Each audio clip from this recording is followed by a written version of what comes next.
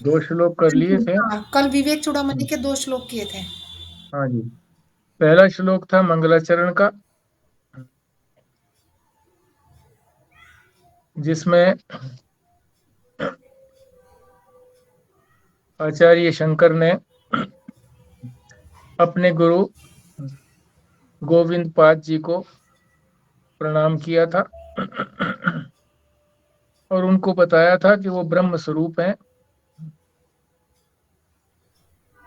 ज्ञानेंद्रियों से परे हैं वो,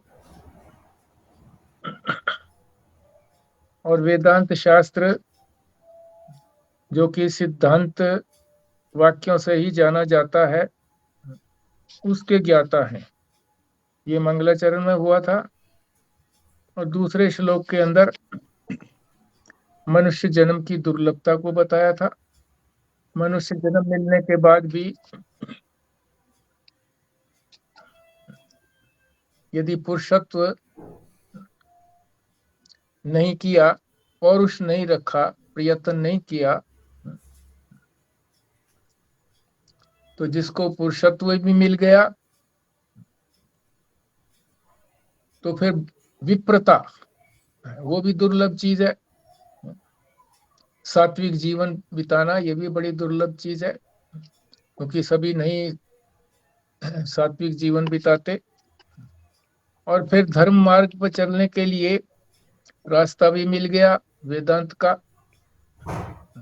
अगर वो उसमें भी चल पड़े और फिर विद्वत्तम, ठीक प्रकार से ज्ञान भी हो गया, श्रुतियों का अधिकारी भी हो गए अध्ययन करने के, और जिससे हमने ऐसा विवेक प्राप्त कर लिया कि जिससे आत्मा और अनात्मा को हम अलग अलग कर सकें, जिससे हमारी ब्रह्म में स्थिति हो जाए। ये सारी चीजें कब प्राप्त होती हैं? जब हम 100 करोड़ जन्मों के अंदर शुभ कर्म किए हैं, तभी हमको ये सारी वस्तुएं प्राप्त होती हैं। और इसमें से लगभग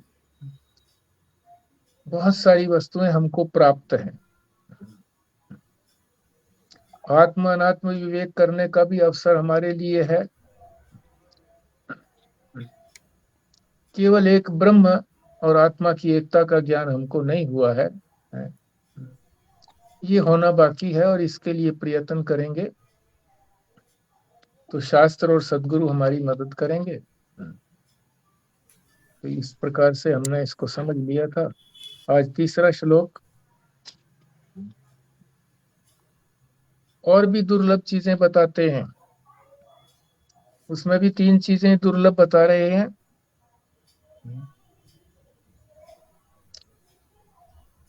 तो तीसरा श्लोक जब पाठ करेंगे तो पता लगेगा। तो तीसरे श्लोक का पाठ करिए जी, संजीव शर्मा जी करिए। जी। दुर्लभ दुर्लभ त्रयम् एव एतत् देवानुग्रहे हेतुकम् मनुष्यत्वं मुमुक्षुत्वं महापुरुष संश्रयः। 3 चीजें दुर्लभ हैं, बड़ी कठिनाई से मिलती हैं। त्रयम, ये दुर्लभ नहीं है, इसके ऊपर बिंदी भी लगी हुई है, दुर्लभम। क्योंकि नीचे जो अर्थ लिखा हुआ है ना इसका, उसमें मैं पूरा दिया हुआ है, ऊपर की जो श्लोक के अंदर ये बिंदी स्पष्ट नहीं है, तो बिंदी लगा लो इसमें, दुर्लभम। 3 चीजें बड़ी दुर्लभ हैं।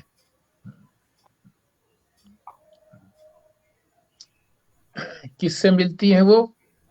कौन सी 3 चीजें हैं? मनुष्यत्वम, मनुष्य जन्म तो हो गया मगर मनुष्यता नहीं आई, पशुता बनाए रखी। तो ये बड़ा दुर्लभ है। और मुमुक्षुत्वम, मोक्ष की तीव्र इच्छा नहीं हुई। तीव्र इच्छा बड़ी दुर्लभ होती है। और फिर महापुरुष का संशय मिलना, ये और भी कठिन है। तो 3 चीजें यहाँ बताई हैं जिससे कठिनाई होती है। बड़ी दुर्लभ चीजें हैं ये। तो और पाठ करना चाहे तो करे।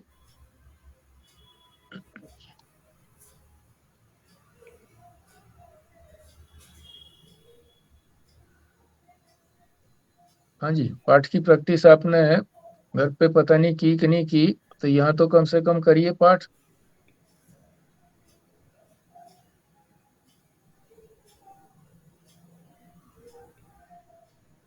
हाँ जी, भल्ला जी। जी। हम्म, दुर्लभम त्रिमेव देवानुग्रह हेतुकम मनुष्यतम मुमुक्षुतम महापुरुष संशय। ठीक है, और करिए। खुराना जी, बिमला जी। दुर्लभं त्रयम् एतत् देवानुग्ररहेतुकं मनुष्यत्वं मुमुक्षुत्वं महापुरुष संश्रया। और करिए, कौन करते हैं? हाँ, खुराना मैं जी। पढ़ती हूँ। मेरे पास, मेरे को वो दिख गया कि आपने उसमें डाला हुआ है ना, वही वाला तीसरा श्लोक।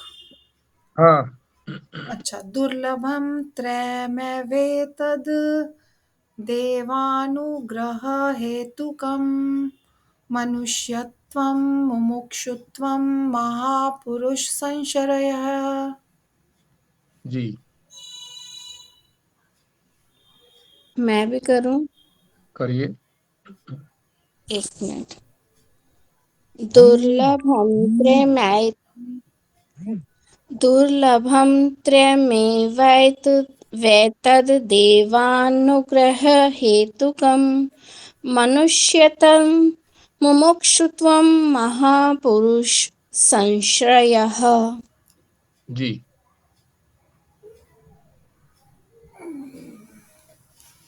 खुराना जी उपस्थित हैं कि नहीं है? दुर्लभ त्रयमेवेत देवं गृहे हेतुकम मनुष्यत्वं मुक्षुत्वं महापुरुष संशय। ठीक है, 3 चीजें हो गई। मनुष्यत्वम, ये भी दुर्लभ है। और फिर मोक्ष की तीव्र इच्छा होना भी बड़ा दुर्लभ है। कह तो देते हैं हम, हाँ, ठीक है जी, हम मोक्ष प्राप्त करना चाहते हैं, मुक्ति की हमारी इच्छा है, मगर केवल इच्छा से बात नहीं बनती। उत्कट इच्छा, ऐसी इच्छा हो कि जैसे किसी का सिर पानी में डिबो दिया जाए जबरदस्ती और उसको ऊपर ना उठने दिया जाए, सांस लेना उसको कठिन हो जाए, तो वो सारा जोर लगा करके ऊपर ही उठना चाहता कि किसी तरह से श्वास तो आए, जान तो बचे। या इस तरह से भी है कि सिर के ऊपर अंगारा रखा हुआ हो,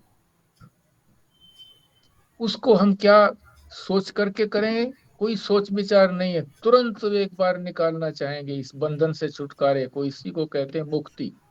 संसार के बंधन से छुटकारे को मुक्ति कहते हैं।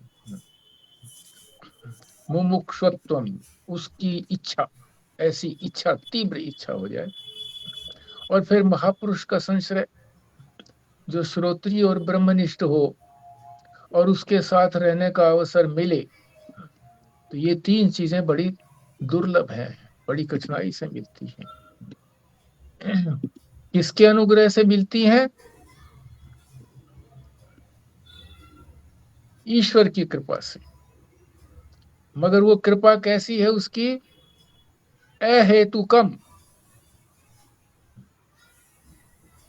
यहाँ पर जो है ना, ए नहीं लगाया हुआ इन्होंने, अहेतुकम नहीं बोला है, अहेतुकम होना चाहिए। हेतु कहते हैं कारण। किस वजह से, किस वजह से वो करुणा करते हैं? ईश्वर। जैसे संसार में तो जितने भी प्राणी है ना, किसी न किसी कारण से किसी पर कृपा करते हैं, कोई कारण रहता है उनका।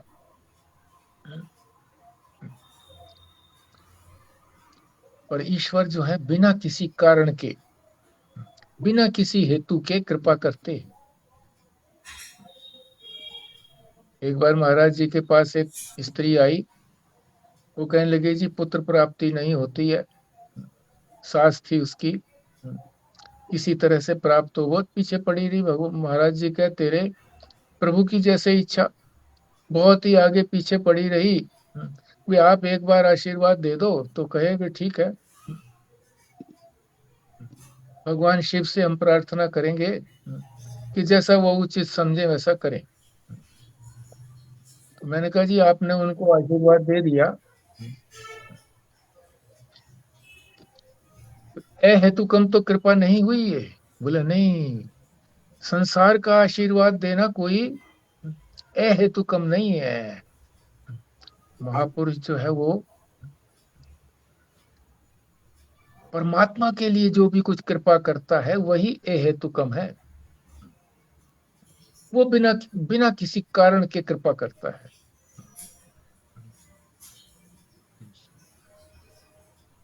तो ये तीनों चीजें, मनुष्यत्वम, हाँ जी, कृपा थी कि नहीं थी? हाँ जी, जो महाराज जी ने दिया वो हेतु हेतु की कृपा थी कि नहीं? नहीं, नहीं थी, हेतु की कृपा नहीं थी, वो अहेतु की कृपा नहीं थी। संसार की कृपा करना कोई अहेतुकम नहीं है। परमात्मा के लिए अगर कृपा करते हैं तो वो बिना हेतु के है। ये हेतुकम एक बार गीता के श्लोकों में भी मुझे ऐसे याद आ रहा है कि वहां भी आया था। बिल्कुल आया था, अहेतुकम आया था वहां भी। यहाँ तो बल्कि अहेतुकम इन्होंने लिखा नहीं है, हेतुकम ही लिख दिया बस, देवानुग्रह हेतुकम, ईश्वर की कृपा के कारण। तो ये तीन चीजें जो है ना, बिना किसी हेतु के ईश्वर देते हैं। मनुष्यत्वम, मुमुक्षुत्वम और महापुरुष संशय। कोई कारण नहीं है इसका, बिना किसी कारण के तीनों चीजें ये देते हैं। आप कहोगे जी पुण्यों की वजह से दिया, करुणा करके दिया, ये तो हम अनुमान लगाते हैं, कोई हेतु नहीं है। परमात्मा जब कृपा करते हैं तो बिना किसी हेतु के कृपा करते हैं।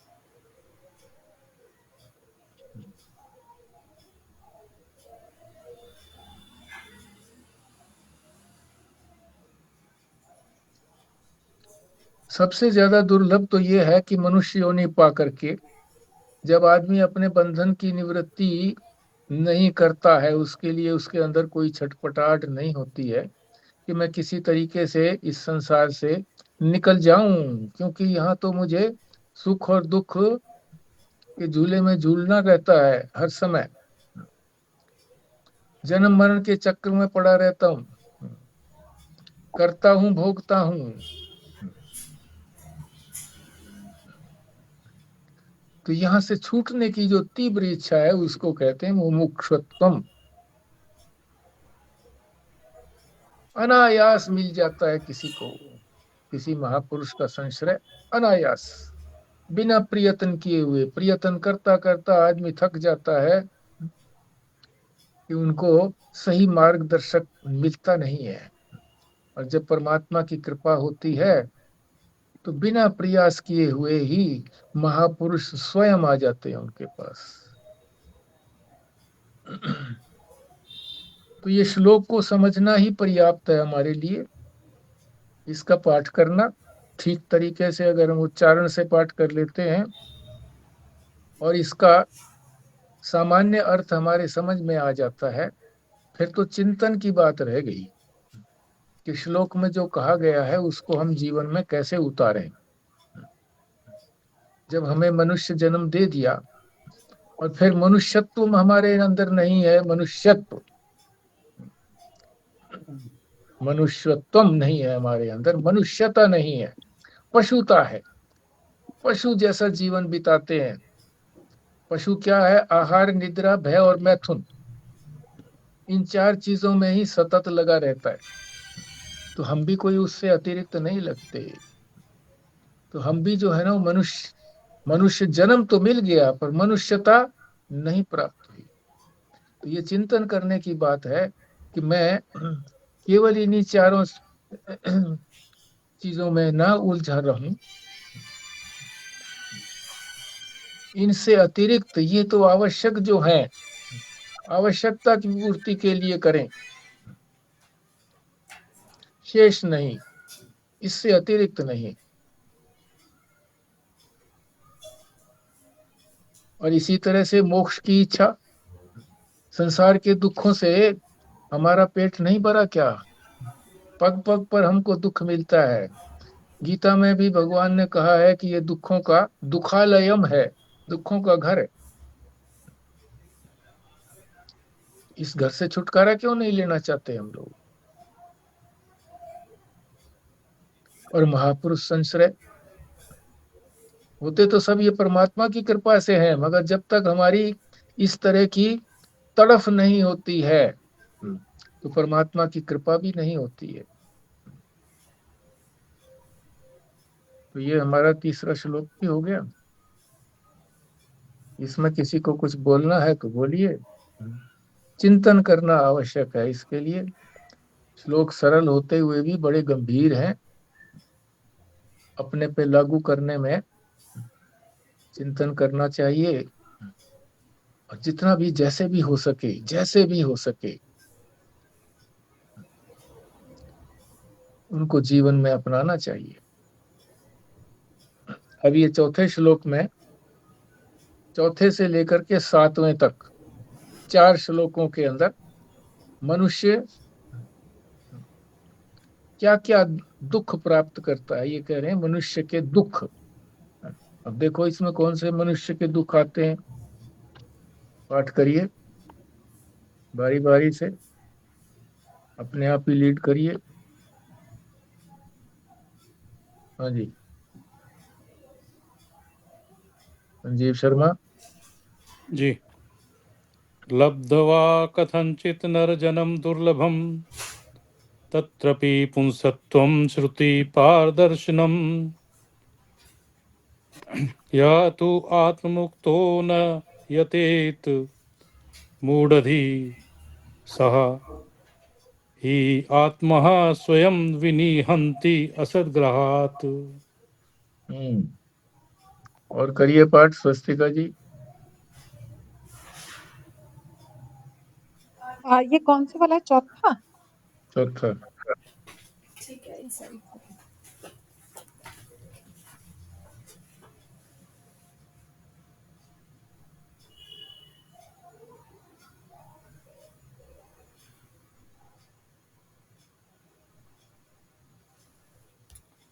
हाँ, मैं पढ़ रही हूँ। लब्ध्वा कथं चिन्नरजन्मदुर्लभं तत्रापि पुंसत्वं श्रुतिपारदर्शनम् यस्त्वात्ममुक्तौ न यतेत मूढधिः सहृतामः स्वं विनिहन्त्य सद्ग्रहात्। हाँ जी, आप इसको भी पढ़ सकते हैं, जो नीचे इन्होंने दिया हुआ है ना, शब्द दिए हुए हैं, बिल्कुल क्रम से दिए हुए हैं, तो क्रम से आप इसको इस तरह से भी पढ़ सकते हैं। जैसे ये था ना हाँ, कथन, ये आपने ठीक कथम, बोला, मेरे को भी बाद में पता लगा जब मैं पढ़ चुकी। हाँ कथन चिन्ह, चिन्ह की बजाय यहाँ कथन चित्त आदत है, कथन चित्त। हाँ, तो 3-4 बार इसको पढ़ करके जो नीचे लिखे हुए हैं शब्द, इसी को पढ़ करके फिर अगर हम इसको पढ़ते हैं तो ठीक आएगा। फिर और पढ़िए। लब्ध्वा कथंचित् नरजन्म दुर्लभं तत्र अपि पुस्तकं श्रुतिपारदर्शनम् आत्ममुक्तो न चेत मूढ़धिः सः आत्मन आत्मः स्वं विनिहन्त्य सद्ग्रहात्। हाँ जी। लब्ध्वा कश्चित् नर्जनं दुर्लभं तत्रापि पुंस्तव श्रुतिपारदर्शनं ये तु आत्ममुक्तो न यतेत मूढ़धि स हि आत्मः स्वयं विनिहन्ति असद्ग्रहात्। ठीक। लब्ध्वा कथंचित् नर्जनं दुर्लभं तत्र अपि पुस्तवं श्रुतिपारदर्शनं या तु आत्ममुक्तो न यतेत मूढ़धि स हि आत्मः स्वयं विनिहन्ति असद्ग्रहात्। हाँ जी। मैं करूं? करिए। लब्ध्वा कथञ्चित् नर्जन्म दुर्लभं तत्रापि पुंस्त्वं श्रुतिपारदर्शनं यसत्त्वात्ममुक्तौ न यतेत मूढधिः साह्यात्मः स्वं विनिहत्य सद्ग्रहात्। असद्ग्रहात है यहाँ पर जी, मतलब लिखा हुआ नहीं है, बोलना इसको उच्चारण है असद्ग्रहात। इसका अर्थ भी समझेंगे। हाँ जी, और पढ़िए।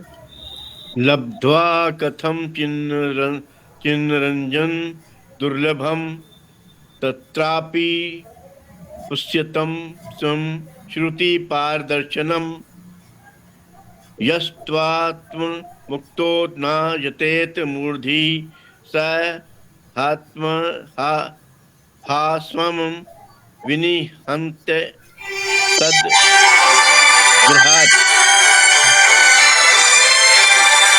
पीछे जो बताया था कि ये बड़ी नरजन्म जो है बड़ा दुर्लभ है और पुरुषत्वम भी बड़ा दुर्लभ बताया था। अब यहाँ कह रहे हैं कि ये नरजन्म भी मिल गया। लब्ध्वा माने मिलना, प्राप्त होना। कथनचित किसी प्रकार से, चाहे अपने पुण्यों के कारण और चाहे परमात्मा के अनुग्रह के कारण, किसी भी प्रकार से जन्म हमको मिल गया, मनुष्य जन्म, नर जन्म।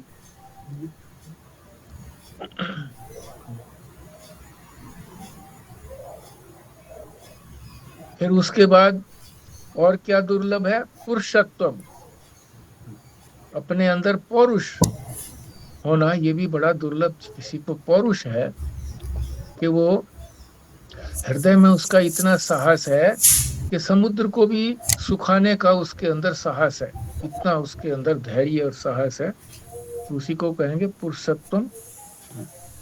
और फिर श्रुति पारदर्शनम, श्रुति को सुनने का, ठीक प्रकार से श्रुति का ज्ञान करने का अवसर भी मिल गया। फिर भी अगर कोई आत्मा की मुक्ति का प्रयत्न नहीं करता, यतेत माने प्रयत्न, आत्म साक्षात्कार के लिए प्रयत्न नहीं करता, तो उस जैसा कोई मूढ़ नहीं है, मूर्ख नहीं है, अविवेकी नहीं है, उस जैसा महामूर्ख है। चाहे वो बुद्धि वाला है फिर भी मूर्ख है, बुद्धि उसकी किसी काम की नहीं है। और वो आत्महत्यारा है, स्वयं ही अपनी आत्मा की हत्या करता है। विनिहंती, मारना, आत्महत्या, अपनी कोई आत्महत्या तो करता नहीं है, और आत्मा की हत्या कभी होती भी नहीं है। आत्मा को कोई मार भी नहीं सकता। एक ही काम नहीं कर सकता परमात्मा भी कि आत्मा की हत्या कर दे। फिर ये क्यों कहा गया? पुरुषार्थ की हानि हो जाती है। जो पौरुष करने के लिए ये नर जन्म दिया गया था, वो पुरुषार्थ नहीं कर पाता तो आत्महत्या ही है एक प्रकार से।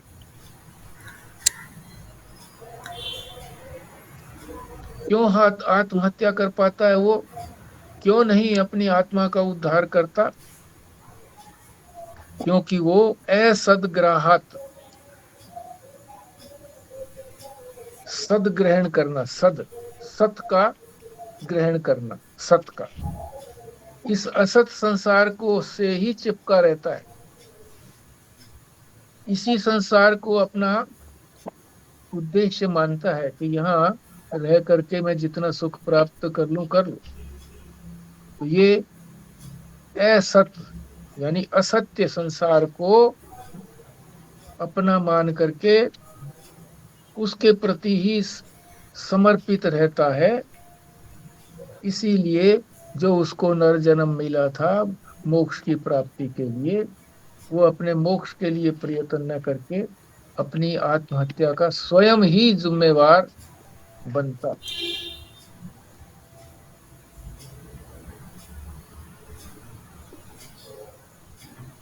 क्या ऐसा कोई मूढ़ व्यक्ति होगा जो किसी प्रकार मनुष्य जन्म पाकर और पुरुषत्व से युक्त होकर तथा श्रुतियों का ज्ञान प्राप्त करके भी आत्म साक्षात्कार के लिए प्रयत्न नहीं करेगा?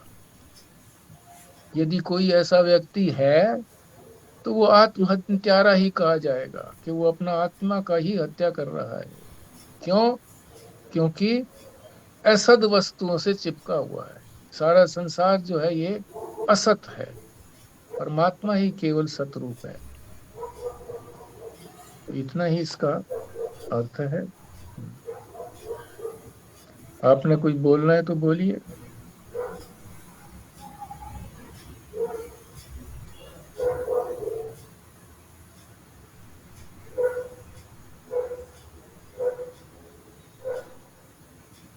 अब ये हेडिंग जो इसमें दिया हुआ है सांसारिक मनुष्यों के दुख, कुछ ज्यादा उचित सा नहीं लगता है।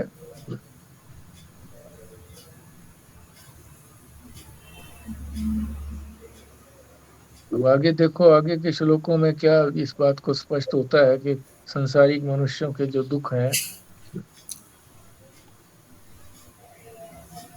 यहाँ तो मूढ़ता ही उसका दुख कह सकते हैं कि उसकी सांसारिक मनुष्य जो मूढ़ है यही उसके दुख का कारण है। ये बिटवीन द लाइंस नहीं जान सकते ना जी इसमें, क्योंकि दुख का कारण तो सबसे बड़ा दुख यही है कि वो ये मनुष्य शरीर और ये मिलते हुए भी जो है आत्मा को नहीं जान पाया। ऐसे सबसे बड़ा इसकी उसकी रामायण में भी एक चौपाई आई है कि सबसे बड़ी विपत्ति क्या है, तो उन्होंने कहा कहे हनुमंत विपत्ति सब सोई जब तब सुमरन भजन ना हुई। बिल्कुल ठीक है।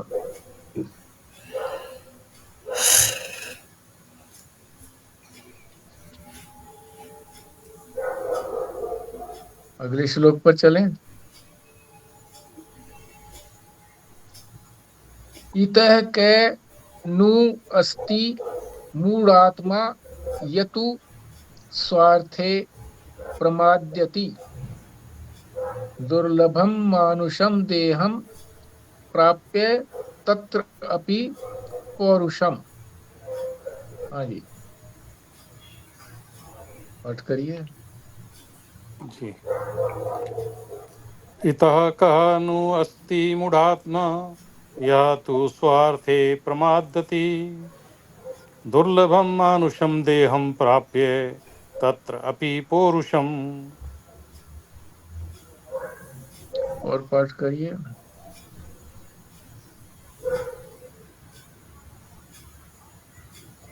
इतः कोऽन्वस्ति मूढात्मा यस्तु स्वार्थे प्रमाद्यति दुर्लभं मानुषं देहं प्राप्य तत्रापि पौरुषम्।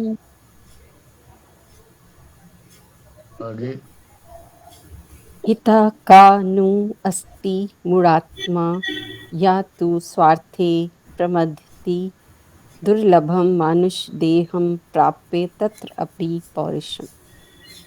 आगे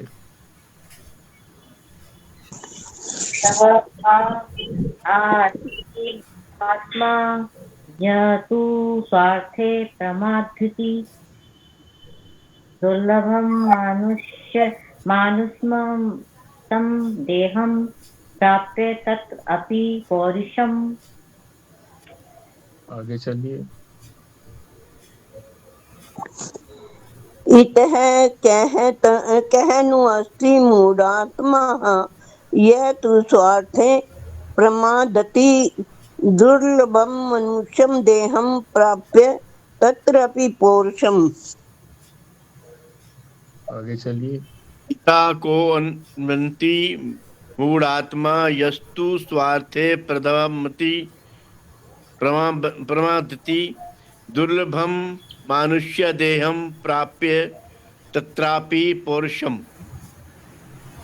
आगे चलिए। मेरे पास तो बुक नहीं है। अच्छा जी। और कोई रह गया तो विमला जी रह गई है ना? नहीं, हो गया। अच्छा ठीक है। इतः को अस्ति, ऐसा कौन होगा, ऐसा कौन होगा, ऐसा मूढ़ कौन होगा, मूढ़ आत्मा, ऐसा मूर्ख कौन होगा कि वो जो अपने स्वार्थ को भी, अपने स्वरूप को, स्वयं माने अपना स्वरूप, जो अपने स्वरूप को प्राप्त करने में, अभी जो हम अपने को समझते हैं कि मैं क्या हूं, तो ये शरीर से लेकर के अहंकार पर्यंत जितने भी यंत्र हैं उनको मैं मान करके अपने आप को मैं कहते हैं। इसके शोधन के लिए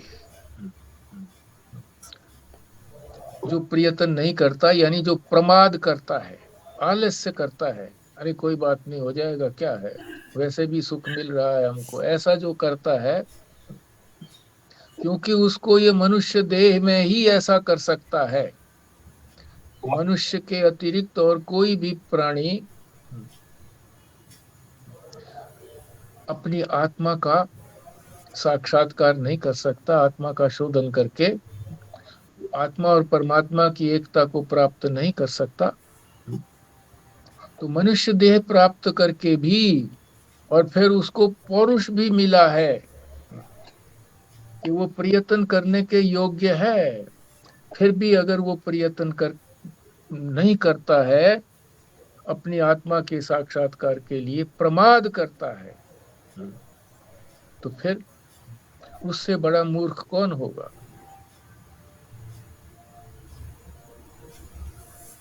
अब ये मनुष्य देह किस तरह से प्राप्त हुई पहले भी हम समझ चुके हैं, फिर भी समझ लेते हैं। पहले जो पत्थर हैं,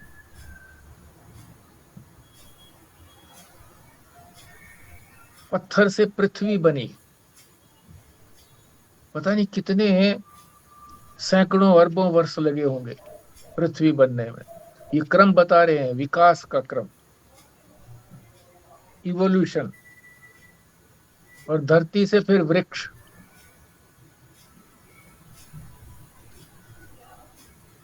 और फिर उसके बाद पशु पक्षी, और फिर मनुष्य की बारी आई है। अनेक जन्मों के पुण्य कर्मों के फलस्वरूप धीरे धीरे अरबों वर्षों में जाकर के ये मनुष्य जन्म हमको मिला है।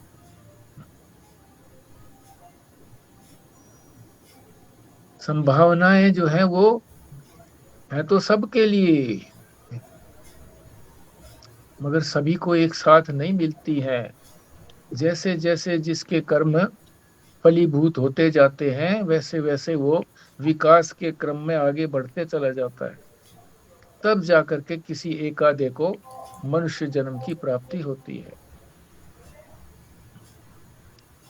और मनुष्य जन्म में जब उसको ये यंत्र मिल गया, मन और बुद्धि, ये यंत्र हैं जिनके सहारे से अपने विकास को, संपूर्ण विकास तो तभी संभव है जब वो अपने आत्मा के साक्षात्कार को कर लेगा, ब्रह्मात्मा की एकता को प्राप्त कर लेगा, तब उसका संपूर्ण विकास कहा जाएगा। और उसमें उसको स्वतंत्रता है। उस स्वतंत्रता का भी यदि वो उपयोग नहीं करता है तो ये मनुष्य शरीर होते हुए भी और ये यंत्र होते हुए भी जो साधन दिए हैं परमात्मा ने, इनके होने पर भी जब वो ठीक से अपनी बुद्धि को संस्कारित करके और प्रकृति के आवरण को हटा करके, अभी तो प्रकृति जिधर ले जाना चाहती है मनुष्य उधर ही चलता है पशुओं की तरह से, और जब उसको ये बुद्धि रूपी यंत्र दिया है तो वो सोच विचार करके विवेक करके ही उसको आगे बढ़ना चाहिए। तो जब तक वो अपने आप ही प्रयत्न नहीं करेगा तो कल्याण नहीं होने वाला है। वो खुद प्रयत्न करेगा, वो एक कदम चलेगा तो परमात्मा 4 कदम चलेगा।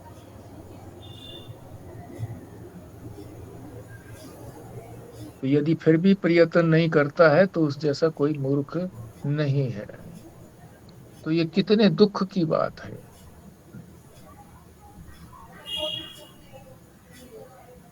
मनुष्य के दुखों का कारण होना चाहिए ये, कि मनुष्य के दुखों का क्या कारण है, यही है, ये इसका हेडिंग होना चाहिए। 2 श्लोकों से तो यही लगता है। आगे 2 श्लोक और हैं तो उनसे क्या पता लगेगा, ये आगे देखते हैं। आपने कुछ बोलना है तो बोलिए।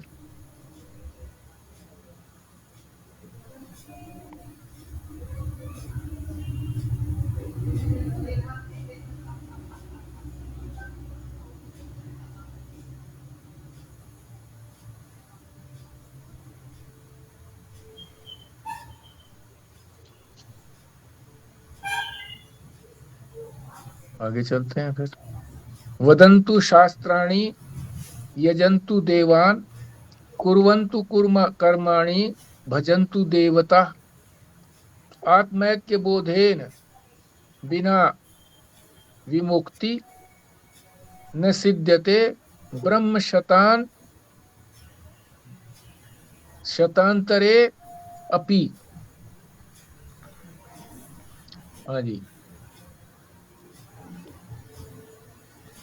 करिए पाठ। 6वां श्लोक। हाँ, मैं करती हूँ। वदन्तु शस्त्राणि यजन्तु देवान् कुर्वन्तु कर्माणि भजन्तु देवता आत्मक्यबोधेन विना अपि मुक्ति न सिद्ध्यति ब्रह्म शतांतरे अपि। आगे चलिए जी। वदन्तु शास्त्राणि यजन्तु देवान् कुर्वन्तु कर्माणि भजन्तु देवताः आत्मैक्य बोधेन बिना विमुक्तिर्न सिद्ध्यते ब्रह्म शतांतरेपि। आगे चलिए। वदन्तु शास्त्राणि यजन्तु देवान् कुर्वन्तु कर्माणि भजन्तु देवताः आत्मैक्यबोधेन विनापि मुक्तिं सिद्ध्यति ब्रह्म शतांतरेपि। आगे। वदन्तु शास्त्राणि यजन्तु देवान् कुर्वन्तु कर्माणि भजन्तु देवता आत्मके बोधेन बिना विमुक्ति न सिद्ध्यति ब्रह्मा शतांतरे अपि। आगे। यजन्तु देवान् कुर्वन्तु कर्माणि भजन्तु देवताः आत्मैक्य बोधेन विना मुक्ति न सिद्ध्यते ब्रह्म शतांतरे अपि। हाँ जी। वदन्तु शास्त्राणि यजन्तु देवान् कुर्वन्तु कर्माणि भजन्तु देवताः आत्मैक्यबोधेन विना विमुक्ति न सिद्ध्यति ब्रह्मतंत्रे अपि। आगे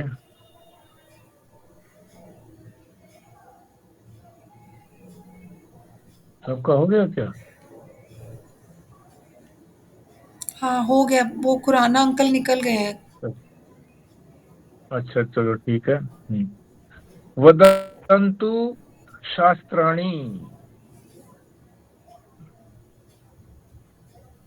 चाहे कितने भी शास्त्रों को कंठस्थ कर लिया जाए, पढ़ लिया जाए, प्रवचन कर लिए जाएं, फिलोसोफर हो जाएं, तो शास्त्र भी और श्रुतियां भी, वेद भी चाहे कितने ही कंठस्थ हो जाएं, और चाहे यजंतु यज्ञ कर ले, कितने ही यज्ञ कर ले देवताओं के, देवताओं का भजन कर ले, कुर्वन्तु कर्माणि, अनेक कर्म, कितने ही शुभ कर्म कर लें,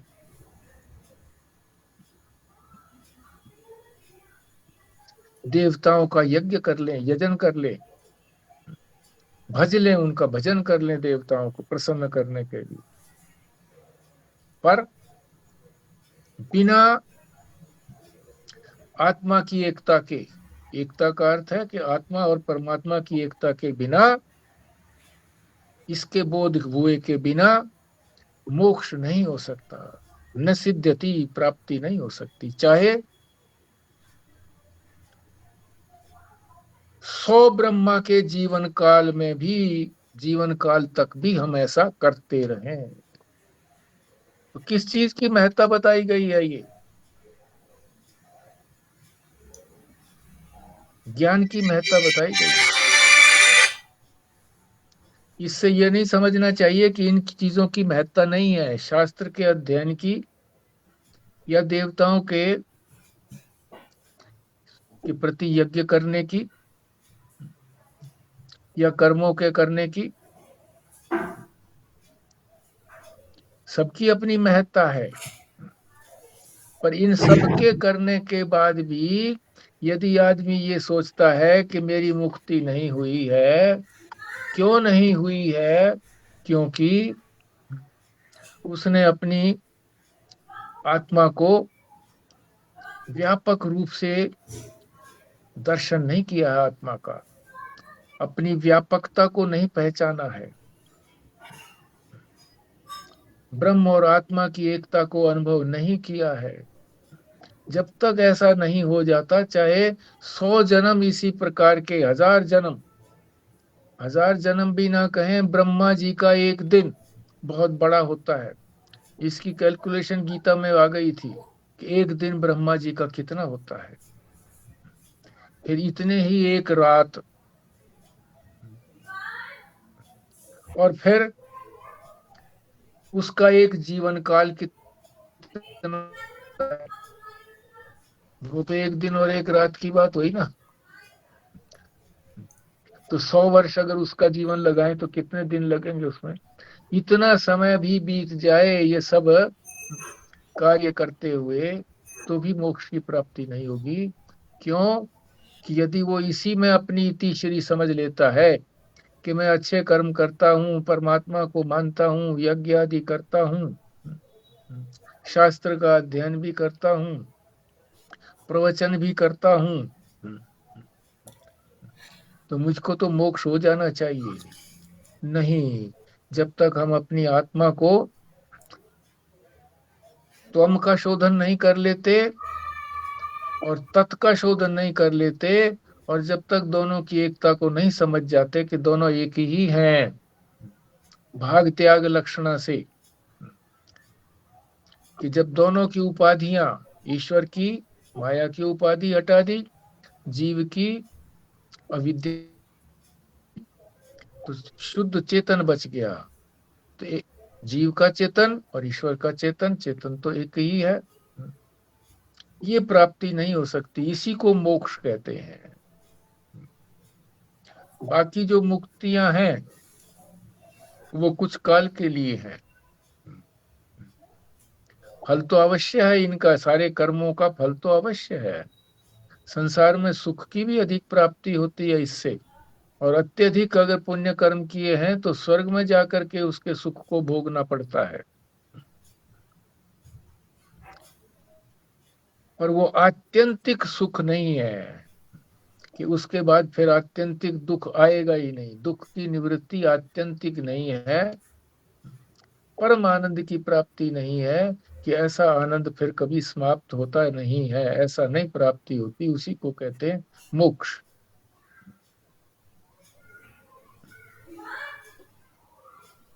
एक मेरा सवाल है।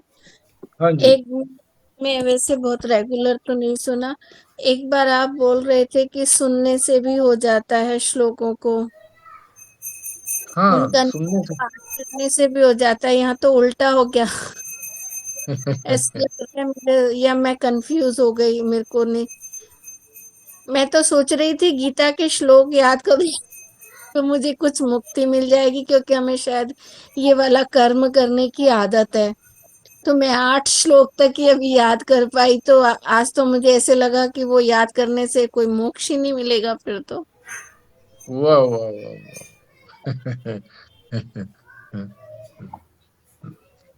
क्रमिक विकास होता है ना, हर एक चीज का क्रमिक विकास। मोक्ष तो अत्यंत दुर्लभ वस्तु है। मोक्ष दुखों से आत्यंतिक निवृत्ति, जन्म मरण की प्राप्ति नहीं होती, फिर इस संसार में नहीं आना पड़ता, बंधन में नहीं बंधना पड़ता।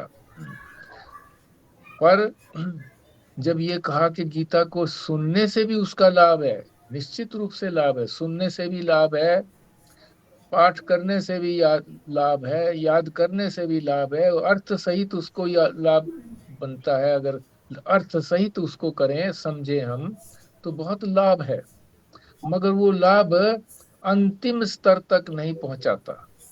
तो अभी हम अंतिम स्तर की बात ना करें, जहां पर हम खड़े हैं वहां से जो सीढ़ियां ऊपर जा रही हैं, तो जितनी सीढ़ियां हम पार कर सकते हैं, सीढ़ियां तो पार होती हैं उससे, अंतिम सीढ़ी पार नहीं होती है, ये बात अलग है।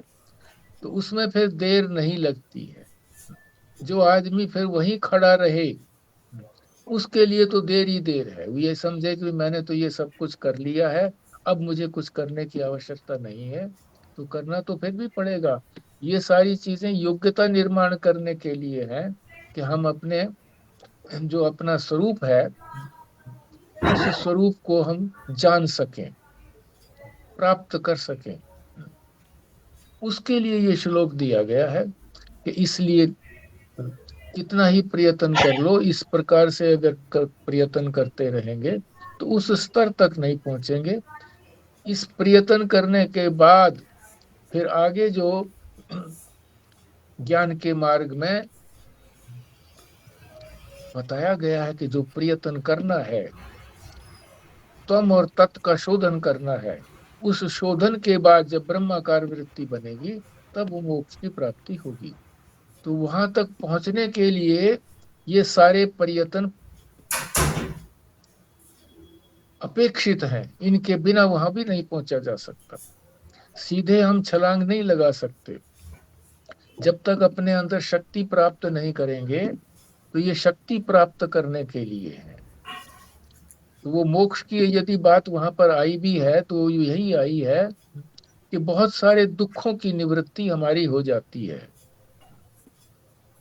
लोकों की प्राप्ति हो जाती है, इतर लोकों की, स्वर्ग आदि की प्राप्ति हो जाती है।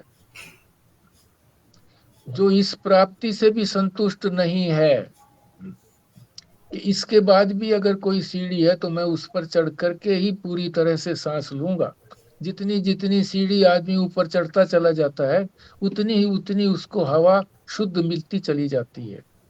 और जब ऊपर छत पर पहुंच गया तो परम शुद्ध उसको हवा मिल जाती है। तो ऐसा नहीं है। आपने जो प्रयत्न किया है बहुत ही साधुवाद है, उस प्रयत्न के लिए आप करते रहिए। बहुत बड़ी बात है कि गीता जो है वो भी तो सारे उपनिषदों का सार है। गीता में कोई कमी नहीं है, भगवान के श्रीमुख से निकली है। तो जो बात उन्होंने कही है वो बिल्कुल 100% सत्य है। तो उस पर विश्वास रख करके चलते रहिए, चरे वेती, रुकना नहीं है बस। श्रवण की बात कही ना जी कि श्रवण करने से ही मोक्ष हो जाएगा। हाँ तो जी। श्रवण का मतलब यही है कि आचरण में उतार लेने का। खाली हाँ ये बात नहीं थी कि जी हमने सुन लिया है, हमने तो कई बार सुन ली जी गीता, हमारा तो मोक्ष संभव है करके, आचरण में तो नहीं आई। तो ये श्रवण खाली कानों से सुनने वाली बात नहीं कही है जो उन्होंने कही है। श्रवण बिल्कुल। का मतलब तो ये हो गया कि आपने, आपके हृदय में आ गई और आपने आचरण में कर ली, तब श्रवण हुआ ये। और अगर हम्म अगर वो हो गया है तो मोक्ष पक्का है जी फिर। ठीक बात है। सुनने से ये सुनने का जो है परम अर्थ है श्रवण। अगर सुनने का अर्थ आप श्रवण लगाते हैं तो सुनना ऐसा सुनना अलग है, लिसनिंग, और वो श्रवण का मतलब जो है हृदयांगम होकर के आचरण में आना, वो श्रवण है। हम्म लिसनिंग इज डिफरेंट। हम्म। पर वहां जो गीता के अंदर कहा गया है ना, केवल सुनने मात्र की बात कही थी, वहां शायद श्रवण की बात नहीं थी, सुनने की ही थी। तो सुनने से भी पुण्यों की प्राप्ति होती है, मोक्ष की प्राप्ति नहीं है, पर मोक्ष के मार्ग में आगे कदम बढ़ता है। तो हमें तो जितना हमारा कदम है उतना ही तो हम कदम बढ़ाएंगे। जैसे भगवान ने वामन अवतार लेकर के सारी पृथ्वी और भूम आकाश 2 पगों से नाप लिया। तीसरे के लिए उन्होंने पूछा भी कहाँ रखूं मैं। तो 2 पदों में है, जब पगों में हमारे में सामर्थ्य नहीं है तो कोई ये कहे जी मैं तो पता नहीं कितने कदम चलता हूं, मैं तो पृथ्वी नाप ही नहीं पाया। ऐसा नहीं है। सामर्थ्य के अनुकूल तो पहले हमें अपनी सामर्थ्य जुटानी है। तो आपका ये प्रयास जो है ये स्तुत्य है, स्तुति योग्य है कि आपने जितने भी 8 बताए या कितने बताए हैं श्लोक, ये आपको कंठस्थ हो गए हैं, बहुत अच्छी बात है। सारी ही गीता को कंठस्थ कर लीजिए। तो आपने पहले श्लोक से शुरू किया है क्या? नहीं, मुझे या तो सबसे अच्छा वो पुरुषोत्तम वाला ही अच्छा लगता है, भक्ति वाला अच्छा। ही। मैं हाँ हाँ उसी हाँ अध्याय को ही करना चाहती हूँ पहले, वही हाँ, मेरे को नहीं अच्छा। ठीक, ठीक है, उसको ही करिए, उसी को करिए। पुरुषोत्तम योग पे अलग से पुस्तक भी महाराज जी ने लिखी है, एक पुरुषोत्तम योग। अखंडानंद जी ने तो लिखी है, सबके लिए अलग अलग लिखी है, हर एक अध्याय के लिए। मगर महाराज महेशानंद जी ने अलग अलग नहीं लिखी है, उन्होंने तो इकट्ठी लिखी है श्री कृष्ण संदेश के नाम से। मगर पुरुषोत्तम योग के नाम से एक अलग पुस्तक उनकी भी है, जो केवल पुरुषोत्तम योग के ऊपर ही है। तो उस अध्याय की बड़ी महत्ता है, इसीलिए उन्होंने उसको अलग से भी समझाया है, ठीक तरीके से समझाया है। तो उसको आप याद भी कर लीजिए, अर्थ को हृदयांगम भी कर लीजिए, और उसके अंदर जो भी चीजें ठीक से समझ में नहीं आई हैं उनकी शंका का भी समाधान करने का प्रयत्न किए। पहले तो अपने आप कोशिश करिए कि बहुत कुछ सुना है आपने, उस सुनने से ही आपका अपने आप ही कई बार समाधान निकल आता है। नहीं निकलता है तो फिर उससे पूछना भी चाहिए कि इसका क्या अर्थ है, पर संदर्भ सहित पूछना चाहिए कि पुस्तक सामने हो और वो चीज समझ में ना आए। क्योंकि पुरुषोत्तम योग भी तो महाराज जी की जो पुस्तक है श्री कृष्ण संदेश, वो पुस्तक सामने हो तो संदर्भ सहित आप किसी श्लोक को पूछेंगे तो ठीक प्रकार से समझाया जा सकता है। अनासूरती ऐसे ही भाई इस श्लोक को आप समझाइए तो पूरी तरह से जस्टिस नहीं हो पाता। कई बार जो महापुरुष हैं जो बिल्कुल गीता के मर्मज्ञ कहे जाते हैं, उनकी बात तो अतिरिक्त है, वो तो हो सकता है कि वो समझा पाएंगे। नहीं तो संदर्भ अगर होता है तो ठीक तरीके से समझाया जा सकता है, reference to the context. Renu ma'am, ये व्यास जी ने एक और भी रूल बनाया था कि जो भी जितने श्लोक याद करेगा उसके अकॉर्डिंगली ये उसको इनाम भी देते थे कुछ, जब वो सुनाता था इनको तो। हाँ, मैंने तो सबके लिए पूरा अध्याय जोड़ दिया था। सरप्राइजिंगली पूरा अध्याय जब याद हो जाएगा। हाँ, टाइम अब वो लग रहा है, 4-5 महीने से लगी हुई हूँ, याद करने में टाइम लग रहा है पर कोई बात नहीं है, कोई बात नहीं, समय की कोई सीमा नहीं है, बस याद होना चाहिए, जितना जितना याद हो जाता है उतना उतना ही। अब ये अब पता नहीं उसमें कितना इनाम रखा था हमने, तो वो इनाम अब भी वैलिड हो सकता है अगर सभी लोग प्रयत्न करें इसमें, तो उस इनाम से प्रेरित होकर के करना चाहें तो इस इनाम से करें। तो शायद वो संजीव शर्मा को भी पता होना चाहिए, उस वक्त तो खुला खुला सबके लिए निमंत्रण था कि भाई ये याद करो और उतने पैसे ले लो। आशीर्वाद दे दीजिएगा, वो पैसों से ज्यादा बड़ा है। नहीं, ये आपने जो बताया ना कि मैं 8 श्लोक मेरे को कंठस्थ हो गए हैं, तो ये बहुत अच्छी बात लगी है, ये अच्छी लगी है, यही आशीर्वाद है। प्रसन्न आदमी दूसरा प्रसन्न हो जाता है किसी के कार्य से, तो उसकी प्रसन्नता ही आशीर्वाद है। तो ठीक है जी, ये हमारे ये 6 श्लोक। पुरुषोत्तम तो भगवान को ही बोलते हैं ना। हाँ हाँ हाँ। अभी वैसे पौरुष इतना समझ नहीं आया, पौरुष से मेरे को बार बार लगता है कि ये कर्म के बारे में कह रहे हैं, पौरुष का मतलब कर्म। हाँ, और क्या, कर्म से ही तो बात है, और वो भी जो परमात्मा के लिए प्राप्ति के लिए कर्म किया जाता है उसको कहते हैं पौरुष। संसार के लिए जो कर्म किया जाता है वो पौरुष नहीं कहा जाता। ये पुरुषोत्तव, इसमें जो वर्ड है ना जी, पुरुषोत्तव पौरुषोत्तव की जगह पुरुषोत्तव, ये प्रयत्न करने की बात आई ना, जो इसमें मनुष्य शरीर मिलने के बाद भी पुरुषोत्तव नहीं कर रहा है, मतलब हाँ, प्रयत्न नहीं करता है। प्रयत्न नहीं कर तो रहा है। प्रयत्न करना मतलब कर्म से लगाओ, या अब ये जो प्रयत्न, उसके लिए प्रयत्न करने के लिए कुछ भी करें, चाहे कर्म करें, चाहे आप ये श्रवण मनन निध्यासन करें, ये उसके अंदर आ जाएगा। और पुरुषोत्तम तो जैसे पुरुषों में उत्तम, इसलिए परमात्मा के लिए वो यूज किया गया इसको, कि सभी पुरुषों में उत्तम वही है। ठीक बात।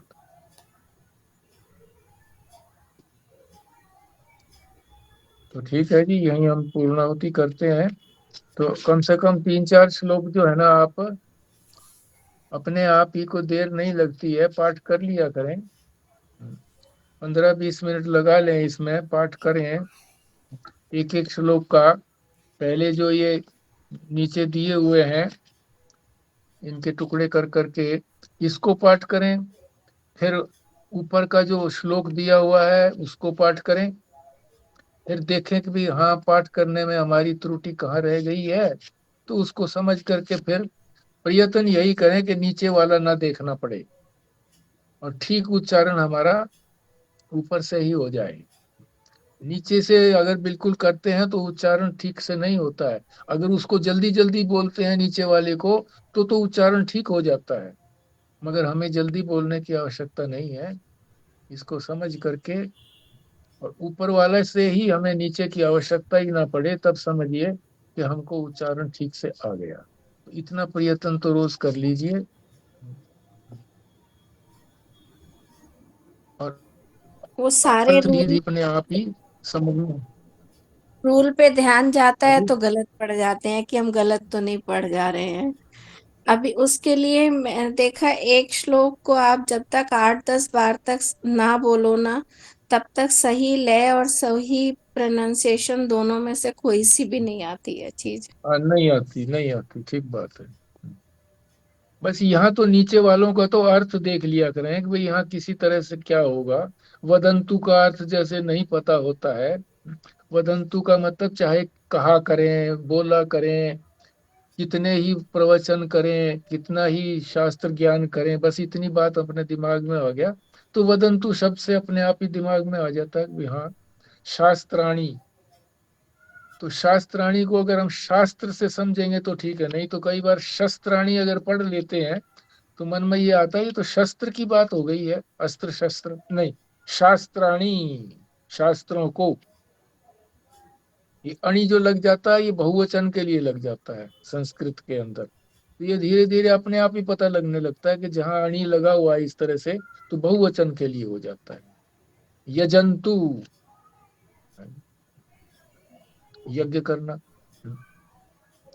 तो यजन बोलते हैं बहुत लोग तो जो है साउथ के अंदर भी, और यहाँ भी यज्ञ बोलते हैं, यजन, यजन, यज्ञ नहीं बोलते, यजन। वैदिक वैदिक संस्कृत में जो हम यज्ञ बोलते हैं ना उसको यज्ञ बोला जाता है। हाँ, ये तो यज्ञ। समझ आया। हाँ, अभी इसको देख के ऐसा लग रहा है कि जो हम गीता पढ़ते थे उसमें हर श्लोक में एक शब्द के पीछे बहुत बड़ी व्याख्या थी, जो समझना यहाँ पे तो मतलब जो संस्कृत में लिखा हुआ है वो ही उसका अर्थ में आ रहा है, व्याख्या उतने उससे नहीं आ रही है जितनी गीता के उसमें आती थी। मतलब ये आपने ये श्लोक आपने के बिल्कुल ठीक, का ठीक, बहुत हाँ, अर्थ थे वहां पर। ये आपने बिल्कुल ठीक कहा, क्योंकि ये सरल है, सारे ही श्लोक सरल है, ये इसमें कोई कठिनाई नहीं है। और फिर अगर इनकी व्याख्या चलती चली जाए, बहुत दूर तक चली जाए व्याख्या, तो 561 कितने श्लोक हैं, तो व्याख्या के लिए तो इनके कई वॉल्यूम छापने पड़ेंगे इस प्रकार से। और ये प्रारंभिक ग्रंथ है, इसके अंदर जो है ना वो जो शब्दावली है, वैदिक शब्दावली, उस शब्दावली को समझाया गया है कि भाई हाँ इस शब्द से क्या अर्थ है, इस शब्द से क्या अर्थ है, ताकि जो डेफिनेशंस हैं, जो आगे गूढ़ शब्द बोले जाते हैं, तो वो ठीक से समझ में आ जाए, इतना ही है। तो ये हमारे लिए जो है ना ये ठीक है, उचित है। पर हमें फिर यूं लगता भाष्य है कि भाष्य की शैली भी है जी, वो महाराज जी ने विशद पूर्व से भाष्य किया उसका। उसके बाद जो उन्होंने जो व्याख्या की है, दो दो पार्ट हम्म, बने उसके गीता के, हम्म, हाँ, हाँ, तो हाँ, उसमें विशद व्याख्या है। अब इन्होंने जो भाष्य किया है इसमें भी इन्होंने आगे भाष्य तो किया ही है, हो सकता है आगे जाकर के और बढ़ करके आए, कुछ ना कुछ और खोल करके बताए जाए करके। हाँ, वो शंकर भाष्य का नहीं है, इसके अंदर शंकर भाष्य का नहीं है। उसके अंदर तो शंकर ने भाष्य किया है, इसका नहीं पता कि शंकर भगवान ने इनका, आचार्य शंकर ने इनका भाष्य किया है कि नहीं किया है, ये नहीं मालूम। शायद नहीं किया है, क्योंकि ये सरल है ग्रंथ, इसलिए भाष्य नहीं लिखा है। उसमें भाष्य किया है गीता के अंदर, उसका नहीं, भाष्य लिखा है। अपनी भी तो भाष्य किया ना, जैसे चिन्मयानंद जी ने किया है इसका। चिन्मय, उसमें उसमें चिन्मय, उसमें जो गीता का जो था उसको समझा करके उसको व्याख्या व्याख्या के बाद उसको समझाया जो है, वो महाराज जी की शैली थी अपनी अलग अलग। क्योंकि इतने हाँ, इतने हाँ। भाष्यकार हुए हैं, सब अपने अपने ढंग से समझाते हैं ना जी, उसको खोलते हैं जो श्लोक को। और ये चिन्मयानंद जी ने इंग्लिश में किए हैं सारे प्रवचन, इंग्लिश से ट्रांसलेशन की है, ये किसी माता ने ट्रांसलेशन की है। तो थोड़ा सा अंतर तो हो ही जाता है ना, कि इंग्लिश में क्या भाव प्रकट हो रहा है, उसके अनुकूल हिंदी में शब्द ठीक से प्रयोग हो पाता है कि नहीं हो पाता है। तो ये थोड़ी सी इसके अंदर कठिनाई है, इसीलिए तो हम जरा जल्दी जल्दी आगे चल रहे हैं। नहीं तो एक श्लोक जो है ना, कई बार वहां गीता का जो था वो एक ही श्लोक जो था कई कई दिन ले लेता था।